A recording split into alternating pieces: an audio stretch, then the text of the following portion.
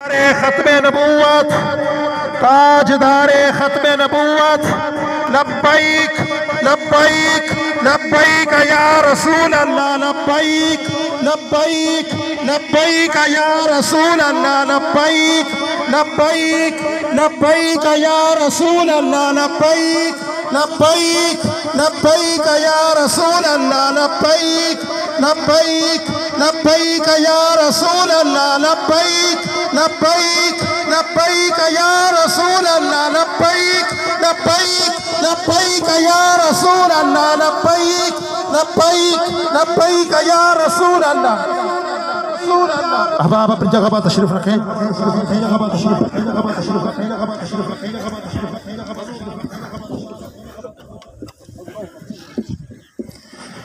تمام احباب اپنی جگہ پر تشریف رکھیں الحمدللہ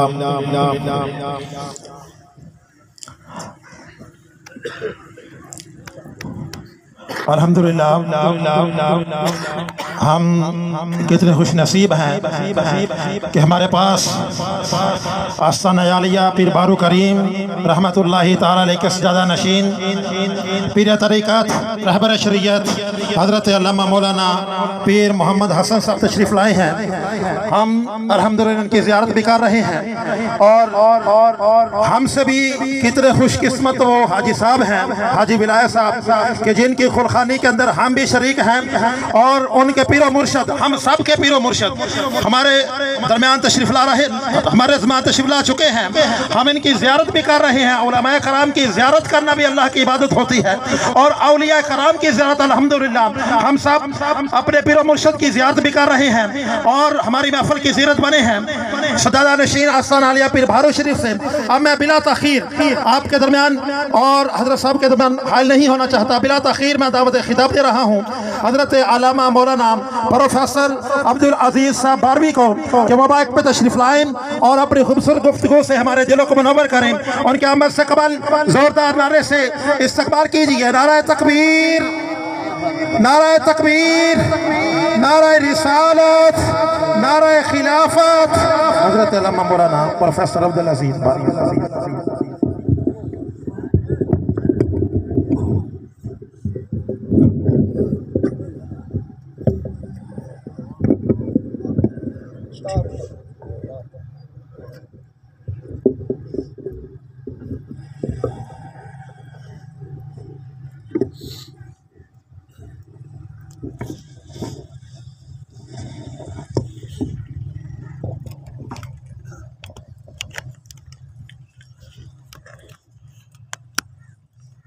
حصول برکت کے لیے سارے احباب درود پاک پڑھ لیں گے.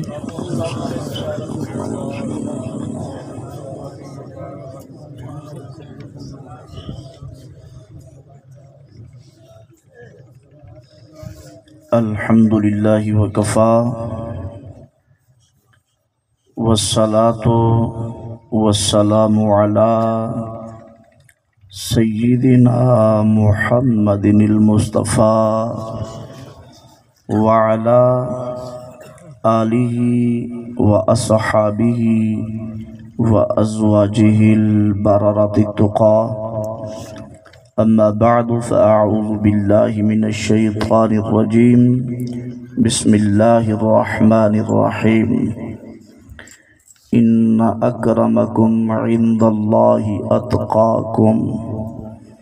صدق الله العظيم وصدق رسوله النبي الكريم الأمين.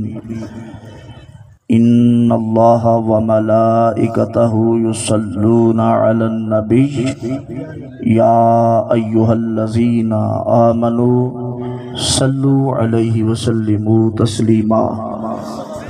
اللهم صل على سيدنا ومولانا محمد النبي الأمي وأزواجه أمهات المؤمنين وذريته وعطرته كما صليت على إبراهيم وعلى آل إبراهيم إنك حميد مجيد. الصلاة والسلام عليك يا رسول الله. الصلاة والسلام عليك يا حبيب الله وعلى آلك وصحابك يا سيدي يا نور الله مولا صلی وسلم دائما ابدا علی حبیبک خیر الخلق کلہم۔ اللہ جل جلالہ وعم نوالہ وعظم شانہ واتم برہانہ کی حمد و ثنا حضور نبی کریم رؤوف الرحیم علیہ تحیت و تسلیم کے دربار گوہربار میں ہدیہ درود و سلام عرض کرنے کے بعد نہایت ہی واجب الاحترام، قابل صد عز و اکرام، محسن ملت اسلامیہ حضور کنز المشائخ محبوب الاکابرین سیدی و مرشدی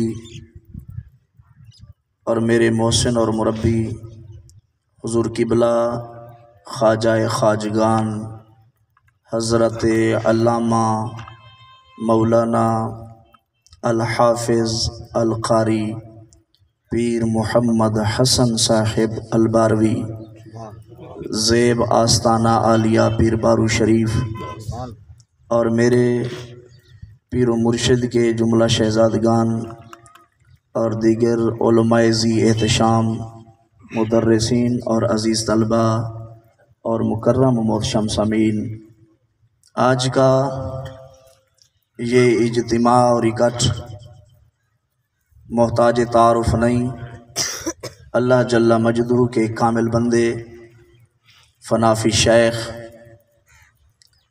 الحاج صوفی باصفا صوفی حاجی محمد ولایت الباروی رحمۃ اللہ تعالی علیہ، جو اپنی زندگی کے چند ماہ و سال اور لیل و نہار اس عالم رنگ و بو میں گزارنے کے بعد اپنے خالق حقیقی سے جا ملے، ان کے ایصال ثواب دعائے بخشش کے لیے ہم سب حاضر ہیں۔ دعا ہے اللہ جل مجدہ اس مرحوم مغفور کے درجات بلند فرمائے، آمین۔ اور جتنی ان کی دینی خدمات اور شیخ کے ساتھ تعلق اور اہل سنت و جماعت کی خاطر انہوں نے جتنا کام کیا، اللہ جل مجدہ شرف قبولیت عطا فرمائے۔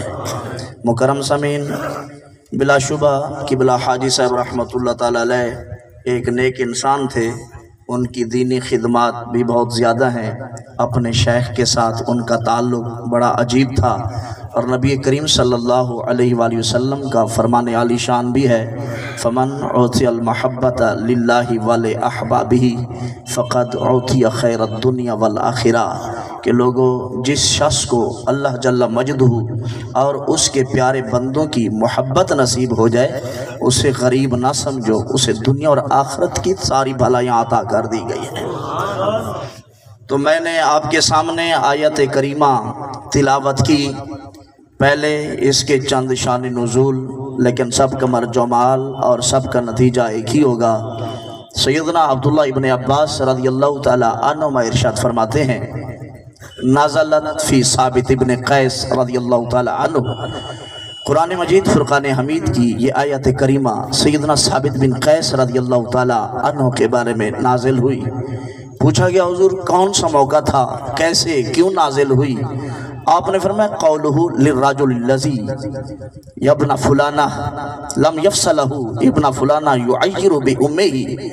آپ نے فرمایا نبی پاک علیہ الصلوۃ والتسلیم واعظ فرما رہے تھے، محفل کے اندر کافی سارے لوگ تھے، تو جب سیدنا ثابت بن قیس آئے، مجمع کھچا کھچ بھرا ہوا تھا، بیٹھنے کی جگہ نہیں تھی، آپ نے ایک بندے کو کہا کہ یار جگہ تھوڑی کھلی کرو تاکہ میں بھی بیٹھ جاؤں، اور نبیوں کے سلطان تاجدار ختم نبوت حضرت محمد مصطفیٰ صلی اللہ علیہ وآلہ وسلم کا نورانی بیان میں بھی سنوں، تو اس بندے نے جگہ نہ دی، تو آپ نے اس طرح جذباتی انداز میں فرمایا، یابنا فلانا، اوے فلانی دیا پترا، یعیر بامہ، اس کا ماں کے ذریعے اس کو آر دلائی۔ تو نبی پاک علیہ السلام سن رہے تھے، میرے آقا اقبال علیہ السلام نے ارشاد فرمایا، من الذاکر فلانتن، اوے کون ہے جو فلانی فلانی کہہ رہا تھا، کون ہے جو کہہ رہا تھا یبنا فلانا، او فلانی کے بیٹے، کون ہے، کس نے کہا؟ نبی پاک علیہ الصلوۃ والتسلیم نے جب یہ جملہ ارشاد فرمایا تو حضرت ثابت بن قیس رضی اللہ تعالی عنہ نے عرض کی انا یا رسول اللہ صلی اللہ علیہ وآلہ وسلم، اے اللہ کے رسول یہ کلمہ میں نے کہا ہے۔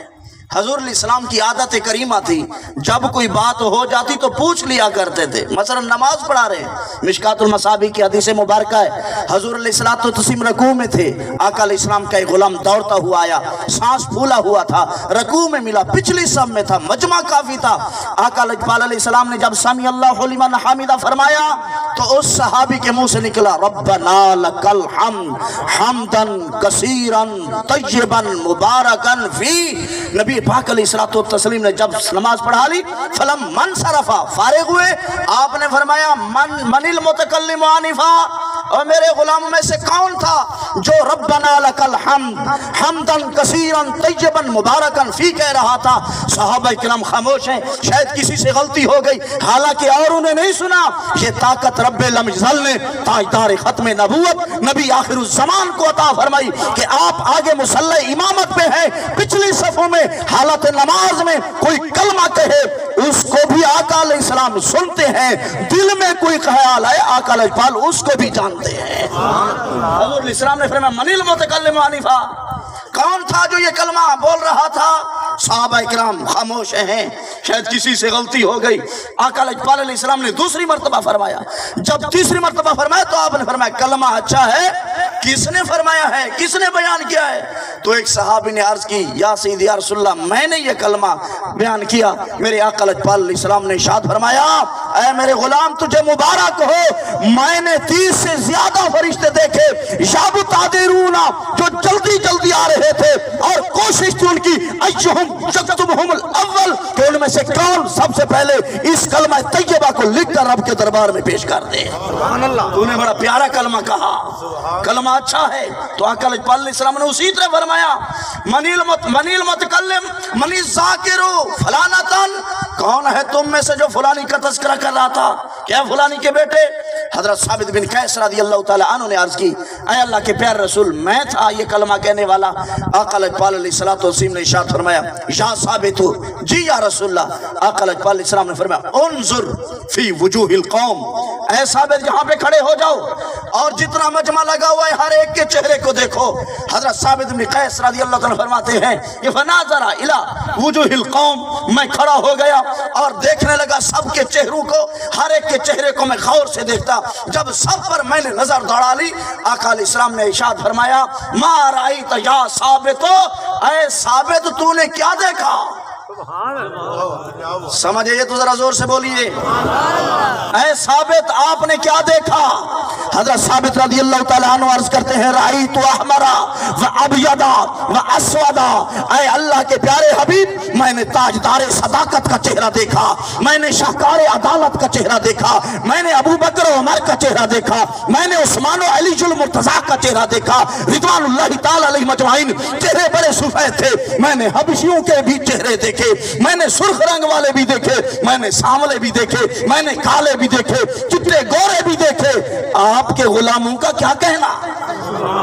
نبی پاک علیہ السلام نے اس مقام پر ارشاد فرمایا فَإِنَّكَ لَا تُفَضِّلُهُ إِلَّا فِي الدِّينِ وَالتَّقْوَى، اے پیارے ثابت اگر تجھے کسی پر فضیلت حاصل ہے تو وہ قوم، نسب اور برادری کی وجہ سے نہیں، اللہ تعالیٰ فضیلت عطا فرماتا ہے دین اور تقوی کی بنیاد پر۔ جس کے پاس دین ہے اس کو فضیلت ہے، جس کے پاس تقوی ہے اس کو فضیلت ہے۔ فَأَنزَلَ اللَّهُ هَذِهِ الْآيَةَ، رب العزت نے اس موقع پر یہ آیت کریمہ نازل فرمائی یا ایھا الناس انا خلقناکم من ذکر و انثی وجعلناکم شعوبا وقبائل لتعارفوا ان اکرمکم عند اللہ اتقاکم ان اللہ علیم خبیر۔ رب العزت نے ارشاد فرمایا اے لوگو ہم نے تمہیں ایک مرد اور ایک عورت سے پیدا فرمایا، ہم نے تمہاری برادریاں اور قبیلے اور قومیں بنائی، یہ فخر کرنے کے لیے نہیں ہے، یہ تو ایک دوسرے کو پہچاننے کے لیے ہے۔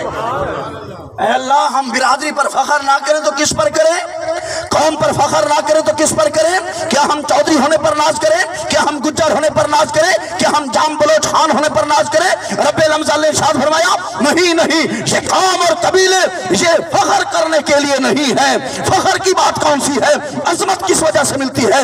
ان اکرمکم عند اللہ اتقاکم، اللہ تبارک و تعالیٰ کے دربار میں سب سے بڑا عزت والا وہ ہے جو سب سے بڑا متقی اور پرہیزگار ہے۔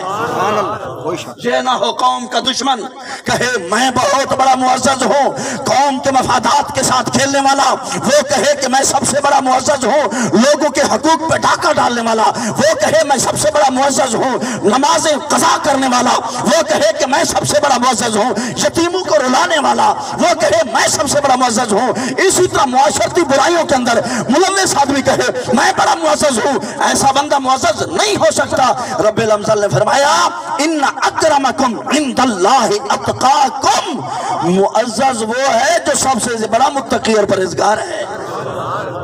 آج دیکھیے آپ نے کبھی جا کر حضور سیدنا تاجدار ولایت حضور سیدنا پیر بارو کریم رحمت اللہ تعالی علیہ کے آستان مقدس پہ حاضر ہو کر کیا کبھی پوچھا کہ آپ کی برادری کون سی ہے، آپ کی قوم اور کاسٹ کیا ہے؟ کیا شیخ الاسلام قبلہ خواجہ غلام حسن سیواگ علیہ رحمہ کے مزار پہ جا کر پوچھا کہ ان کی برادری کون سی ہے؟ حضور سیدنا داتا علی حجویری کے متعلق پوچھا کہ ان کی برادری کون سی ہے؟ تاجدار گولڑا سے پوچھا کہ آپ کی برادری کون سی ہے؟ کوئی برادریاں نہیں پوچھتا، کوئی قومیں نہیں پوچھتا، سب یہی کہتے ہیں میاں ہم ان کے پاس حاضری دیتے ہیں اس لیے کہ یہ متقی اور پرہیزگار ہیں، یہ اللہ والے ہیں۔ دوسرا شان نزول سیدنا مقاتل فرماتے ہیں لما کان یوم فتح مکہ تھا، نبی پاک علیہ السلام نے جس دن مکہ فتح فرمایا بڑے انداز کے ساتھ آقا علیہ السلام نے وہاں پہ وارد ہوئے، آئے، تشریف لائے، 10,000 کا لشکر جرار آقا لجپال علیہ السلام کے ساتھ ہے۔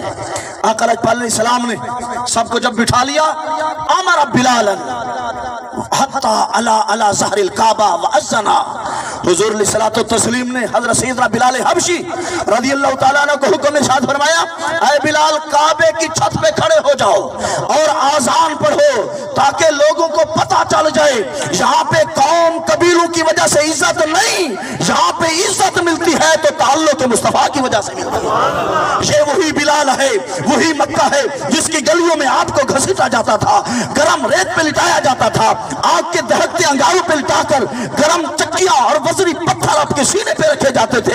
آج وہی بلال ہے، سردار سامنے بیٹھے ہیں، بڑے بڑے وہاں کے جنابلا گرو سامنے بیٹھے ہیں، نبی پاک علیہ السلام نے کعبہ کی چھت پہ کھڑے ہو کر آذان کا حکم ارشاد فرمایا اے بلال آذان پڑھو۔ آپ کے ذہن میں ہونے چاہیے ہر جگہ پہ تبصرہ نگار موجود ہوتے ہیں، جمعے کا خطاب ہو، کلخانی کا مجمع ہو یا جلسہ عام ہو، مشائخ اعظام کی محفل ہو، تبصرہ نگار ہر مقام پہ موجود ہوتے ہیں۔ وہاں پہ چند بندے بیٹھے تھے، ان کو کہا گیا کہ حضرت تبصرہ کرو، وہاں پہ 4 بندے کافر بھی موجود تھے، ان میں سے ایک کا نام عتاب بن اسید ہے، دوسرے کا نام ہشام بن حارث ہے، تیسرے کا نام سہل بن عمر ہے، چوتھے کا نام ابو سفیان ہے۔ ابھی تک آپ نے اسلام قبول نہیں کیا تھا، 4 بندے بیٹھے، ان کو کہا گیا تبصرہ کرو۔ ان میں سے پہلا جس کی زبان کھلی، جس نے جملہ بولا وہ تھا عتاب بن اسید۔ اس کو کہا گیا تم بولو، کہنے لگے الحمدللہ الذی قابض ابی ولم یرى ھذا اليوم، لوگو اللہ کا لاکھ لاکھ شکر ہے کہ میرا باپ پہلے فوت ہو گیا، آج اس کو یہ دن نہیں دیکھنا پڑا کہ ایک کالا غلام، ایک حبش کے رہنے والا جس کو مکہ المکرمہ کی دھرتی پہ سزائی دی جاتی رہی، آج کعبہ کی چھت پہ کھڑے ہو کر وہ آذان دینے کے لیے تیار ہے، توحید و رسالت کا ترانہ پڑھنے کے لیے تیار ہے، توحید و رسالت کا ڈکلیرنس کرنے والا ہے۔ اللہ کا فضل ہے آج میرا باپ نہیں تھا ورنہ اس سے برداشت نہ ہو سکتا، وہ تو سردار تھا، وہ تو رئیس تھا، کہ اتنے جناب والا عجیب و غریب حالات پیدا ہو گئے کہ آج بلال کعبے کی چھت پہ کھڑے ہو کر اذان پڑھنے لگا ہے، میرے باپ سے یہ بات برداشت نہ ہو سکتی۔ اس نے بات بند کی، دوسرے کو کہا گیا کہ سہل اے حارث بن ہشام تم کہو۔ حارث کہنے لگا اما وجد محمد صلی اللہ علیہ وآلہ وسلم غیر ھذا الغراب الاسود مؤذنا، کہنے لگا پتہ نہیں یار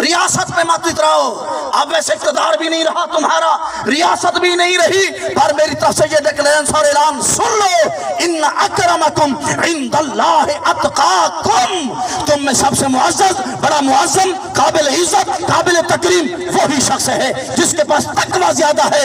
تم بلال کے کالے پن کو نہ دیکھو، تم بلال کی غربت کو نہ دیکھو، تم میرے بلال کی مظلومیت اور مقہوریت، ان کی مغلوبیت کو نہ دیکھو، ان کی مار کو نہ دیکھو، ان کے جسم کے دھبوں کو نہ دیکھو، یہ دیکھو دل و دماغ میں عشق مصطفیٰ کا چراغ کیسا روشن کر رکھا ہے۔ تم بلال کی غربت کو نہ دیکھو، تم بلال کی یہ نہ دیکھو اقتدار ان کے پاس نہیں ہے، یہ دیکھو ان کے پاس تقوی اور طہارت کتنا ہے، رسول اللہ سے تعلق کتنا مضبوط ہے، بس ان کے پاس تعلق جو ہے رسول اللہ کا وہ مضبوط، ان کے دل و دماغ میں تقوی کے چراغ فروزاں ہیں۔ میں رب اعلان کرتا ہوں تم سارے ایک طرف، میرے بلال کا پلڑا پھر بھی بھاری ہے۔ سب سے معزز ہے اس وقت فزاجرہم، میرے آقا لجپال علیہ السلام انہوں نے ڈانٹ ٹپٹ پلائی، کس سے؟ ان التفاخر بالانصاب والتکاثر بالاموال والازراء بالفقراء، میرے آقا لجپال علیہ السلام نے فرمایا خبردار، آئندہ یہ نہ کہنا کہ میں فلاں کا بیٹا ہوں، میرا فلاں برادری سے تعلق ہے، میں فلاں قوم قبیلے کی شاخ اور فلاں کا فرد ہوں، ایسا نہ کہنا، نسبوں پہ فخر نہ کرنا، مال کی کثرت پہ ناز نہ کرنا، اللہ کے نیک بندوں اور فقیروں کو ذلیل نہ سمجھنا، ان العزت للہ ولرسولہ وللمؤمنین، عزت دنیا میں کسی کی نہیں ہے، عزت اللہ کے پاس ہے، عزت رسول اللہ کی ہے اور عزت مومنوں کی ہے، کسی اور کی عزت نہیں ہے۔ سبحان اللہ، وَلِلَّهِ الْعِزَّةُ جَمِيعًا، ساری عزتوں کا مالک اللہ ہے، کسی اور کے پاس عزت نہیں ہے۔ تیسرا شان نزول جو مدارک التنزیل کے اندر امام نسوی نے لکھا، آپ فرماتے ہیں کہ یزید بن شجرہ کہتے ہیں مرہ رسول اللہ صلی اللہ علیہ وآلہ وسلم فی سوق المدینہ، میرے آقا لجپال علیہ السلام مدینہ طیبہ کا چکر لگا رہے تھے، مدینہ طیبہ کے بازار میں۔ معلوم ہوا اقتدار کی کرسی پہ بیٹھنا آسان ہے، عوام کے دکھ درد جاننا یہ بڑا مشکل کام ہے۔ سبحان اللہ، اس طرح ریاست مدینہ کا ڈھونگ رچانا یہ بڑا آسان ہے، ریاست مدینہ قائم کر کے دکھانا یہ زہرا کے بابا جان کا کام ہے، ریاست مدینہ کا نام لینا یہ بڑا آسان ہے، ریاست مدینہ قائم کر کے دکھانا یہ حسنین کے نانا جان کا کام ہے۔ اب میرے آقا لجپال علیہ السلام نے مدینہ طیبہ کا چکر لگایا، چکر لگا رہے تھے، رعا غلامن اسودا، آپ نے دیکھا کہ ایک کالا حبشی غلام ہے، سبحان اللہ، کیا بات، کالا بندہ پر رسول اللہ کا سچا غلام ہے۔ اب وہ غلام خود آوازیں دے رہا ہے، ہو کے پیارے اندر کیا کہتا ہے؟ منشترانی منشترانی منشترانی اللہ شرط اللہ یمنانی من الصلوات الخمس خلف رسول اللہ صلی اللہ علیہ وآلہ وسلم، اوے مجھے کون خریدے گا؟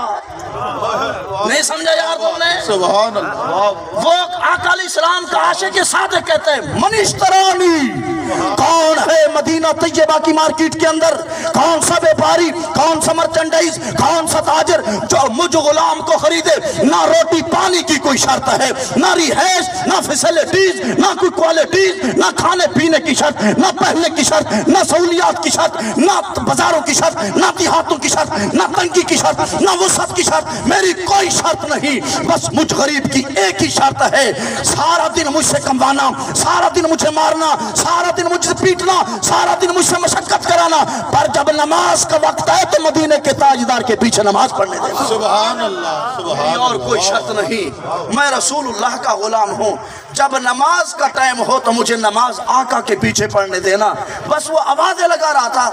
فَاشْتَرَاهُ بَعْضُهُمْ، آقا علیہ السلام کے غلام نے اسے خرید لیا، جب خریدا گھر لے آیا فماریدہ، وہ کالا حبشی بیمار ہو گیا، جب بیمار ہوا تو اب سنگت دیکھیں،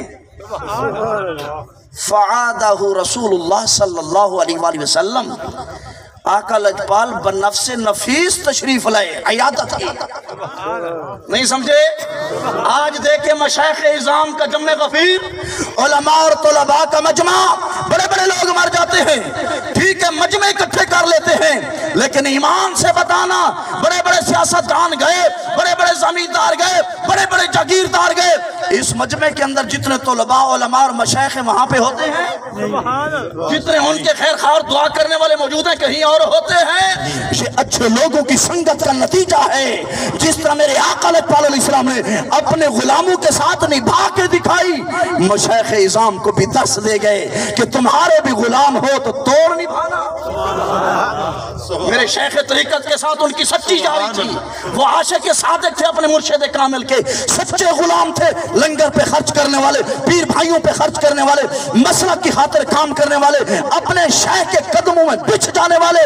اللہ تبارک و تعالیٰ نے پھر مقام کیا عطا کیا. کسی عام بندے نے جنازہ نہیں پڑھایا. جب اس مرحوم کا جنازہ اٹھا تو شیخ کامل ساتھ تھے، مصلی امامت پہ شیخ کامل موجود تھے، قبر پہ شیخ کامل موجود تھے، اپنی دعاؤں میں یاد رکھنے والے شیخ کامل تھے.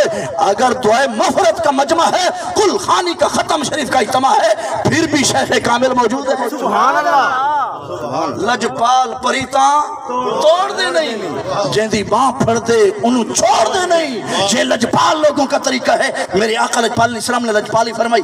تشریف لائے پوچھنے کے لیے، پوچھا کیا حال ہے، خیریت ہے؟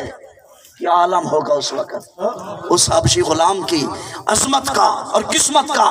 ان کی قسمت کو کروڑوں اربوں خربوں سلام. وہ عرض کر رہا ہوگا یا رسول اللہ طبیعت ٹھیک ہے یا درد ہے، کچھ تو کہا ہوگا. آقا لجپال علیہ السلام واپس تشریف لائے. ثم توفی، اس غلام کا انتقال ہو گیا. اب آزاد نہیں، اب وہ زمیندار نہیں، کوئی جاگیردار نہیں. مدینہ طیبہ کے بازار کے اندر اس کی کوئی مارکیٹ نہیں، کوئی بڑا مرچنڈائز اور تاجر نہیں، کوئی اتنا بڑا بزنس مین نہیں.